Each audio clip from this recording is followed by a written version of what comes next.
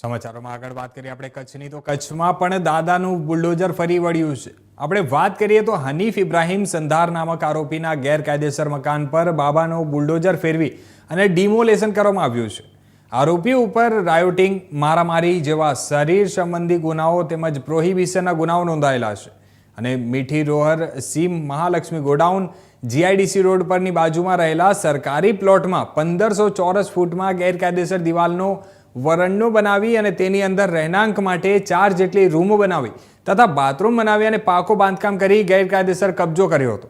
જે દબાણ આજરોજ તોડાવી અને હાલના જંત્રી ભાવ પ્રમાણે રૂપિયા 27,30,000 જેટલી રકમની કિંમતની સરકારી જમીન પરનું દબાણ દૂર કરવામાં આવ્યું છે।